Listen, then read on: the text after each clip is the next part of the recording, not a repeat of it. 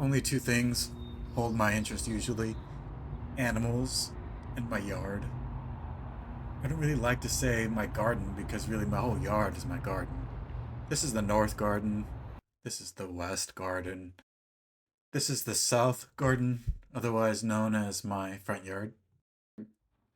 Pretty much any space with dirt can hold a plant, and I tend not to stress out over it. I've removed things that didn't work out and added things that did, and this St. John's wort nearly died. I left the parts that were healthy and cut away the rest, and it came back. Pretty much, it's still coming back. So, for today, I wanted to talk a little bit about birds and maybe more specifically songbirds. I think there's something that goes hand in hand with gardening.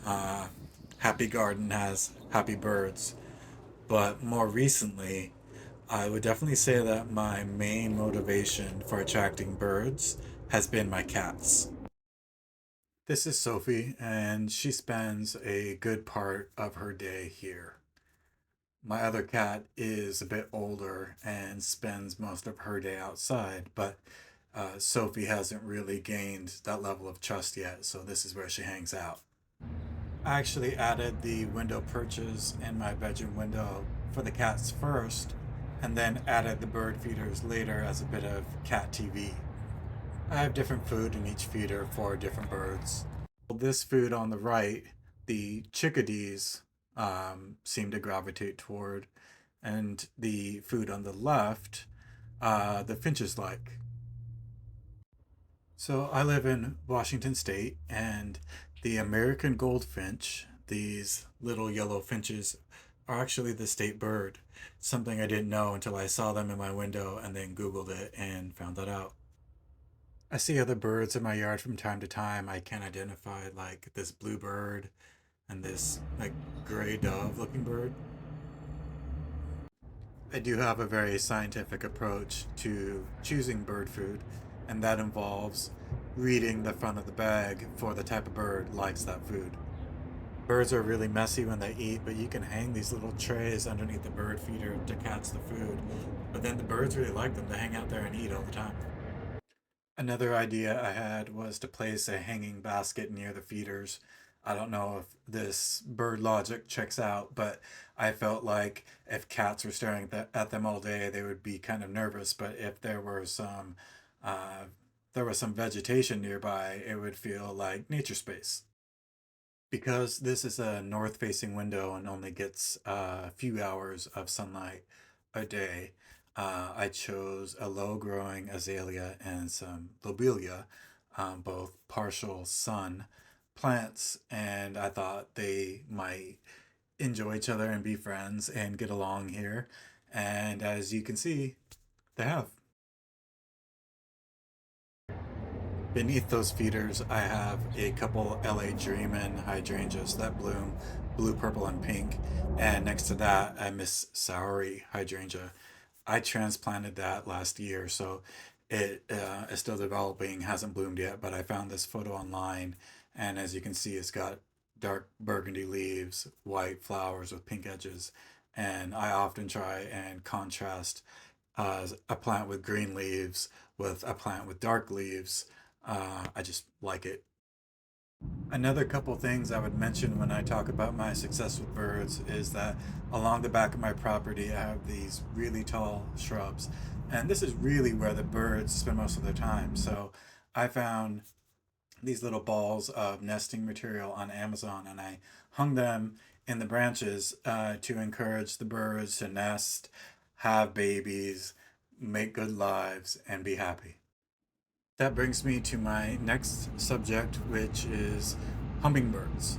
I'm one of those people who, anytime I see a hummingbird, I yell, "Look, it's a hummingbird!" It always has that effect on me. Um, but I have all of this uh, green wire garden fencing that I use for the catio, and I have extra, bits of it around that I haven't used. And one day I was on my back patio and my other cat, Winnie, just came prancing through with a hummingbird in her mouth.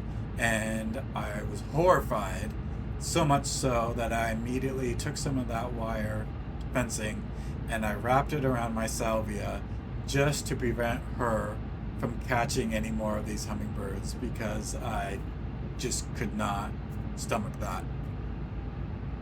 This is Winnie, short for Winifred, and she is the most beautiful polydactyl tortie you'll ever see. But like the most dangerous of dames, she is beautiful yet deadly. I didn't anticipate this when I wrapped this fencing around the salvia, but look at what the hummingbird does.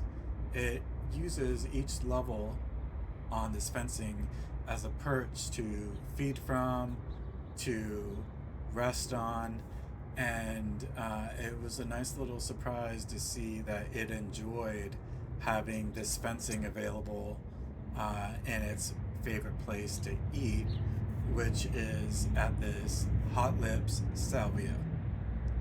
I've tried so many different hummingbird feeders throughout the years, and nothing, nothing has attracted hummingbirds more than Hot Lips Salvia. It's their favorite thing. Look at this little guy. So cute. This salvia, it looks a little bit scraggly because I trimmed it back at the end of winter, and it will completely fill out. It'll, once the summer gets on, it'll grow great big and fill out again. And this is just early on in the season for it. Um, One tip: do not prune your salvia in the fall before the winter, or you will kill it. You need to wait until the end of winter, early of spring, so like March. So that's it for today. I hope you liked this video. I hope you got some ideas from what has worked for me.